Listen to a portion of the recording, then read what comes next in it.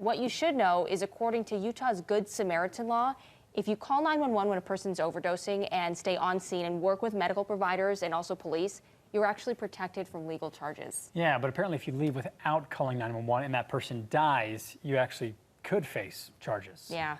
Okay, we want to get into this. Let's talk about both of these kits. We have both of them. Yeah. You've got Naloxone. That's the injectable one. We have the injectable one. Narcan. This is the nasal spray. So Narcan and Naloxone, they're basically the same thing. Narcan is just the brand name. Naloxone is the generic version. It's available as a nasal spray and injectable. Yeah. But most research shows that they're equally effective. So it just depends on what you're more comfortable administering. Yeah, so the next big question for many is, how do you know someone is suffering an overdose? Well, health officials say to look for these specific symptoms: limp and unresponsive body, shallow breathing, clammy skin. You'll also maybe find blue fingernails and lips, pinpoint pupils. So if you recognize those symptoms, which are pretty unique, you can first, of course, call police and then administer the drug. Good reminder, Naloxone will not hurt someone if they are not actually suffering from an opioid overdose. So, yeah, that's a good. That is good to know. Yeah. And experts say it's better to give it than to regret not giving it later. Okay, so now you know the symptoms to look for. It's time to talk about how to actually administer Naloxone and Narcan. Yeah, so we sent Katie Kia down to talk with the experts at the Salt Lake County Health Department. She breaks down step by step just how easy this life-saving drug can be. Hey guys, I'm here with Gary Edwards, and he's going to walk us through how easy it is to use Narcan. Walk us through these simple steps. You come upon someone who's having the symptoms of an overdose. What are you going to do with this kit? Okay. Yeah. Well, first, there's two different kits. You're holding the nasal spray. I'm holding the syringe. Okay. Yes. So let's start with the syringe. So I've got my syringe. I'm going to pull my syringe out. I am going to pull out my vial. Okay.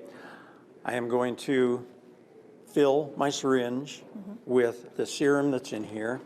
I will then push my plunger back up until a little bit comes out so that I know that I'm good to go. Yes. I'm not looking to go into a vein, into any kind of soft tissue, the skin, a muscle. So here in the arm, in the hip, in the, the thigh, in the hip, would be great places. Inject and then observe the patient. Perfect. So then what about for the nasal spray we have? Let me have you we can trade. with there you me. go. Yep. Okay. And so with the nasal spray, we're going to take our device. Yes.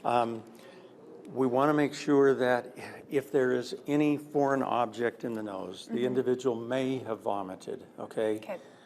We want to try and clean that out, all right? And then we're going to insert that into the nose and hold it with these two fingers and dispense with our thumb. Right into the nose, as easy as that. Okay. Observe the patient. Perfect. Okay. So, I mean, this can be overwhelming for a lot of people, but it's really some pretty simple steps. Maybe what's just your general message to the public to get involved and to get some of these packets? Well, we would encourage anybody to have these packets.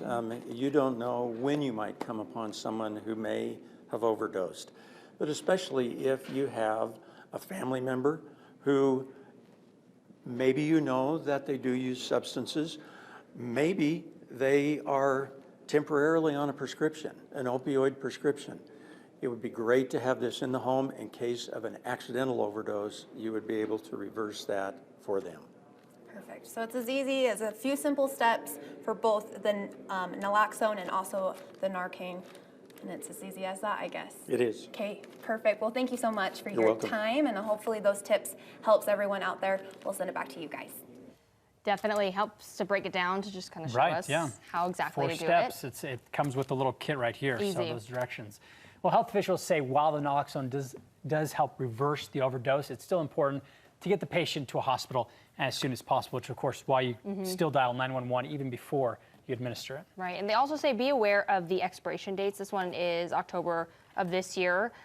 Also, there are some sensitivities with the naloxone injection. It says on here Right.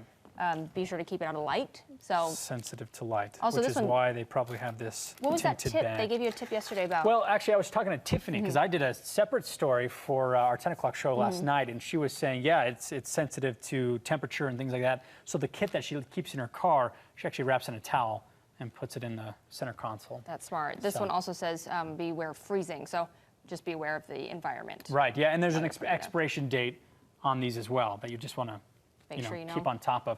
But let's see, what do they say? Every county library has, you can get them for free. Oh, wow. So Okay. those for free. So whether you have a family member who is using opioids, someone in your house is going to have opioids after a surgery or injury, or you just want to add this life-saving drug to your first aid kit maybe, here's where you can get them, usually for free, no questions asked. We mentioned, let's see, UtahNaloxone.org. They'll provide kits and training, and as we mentioned, all 18 Salt Lake County Library branches provide those kits and training. Now, redcross.org, also getnaloxonenow.org will provide more training if you need some of that.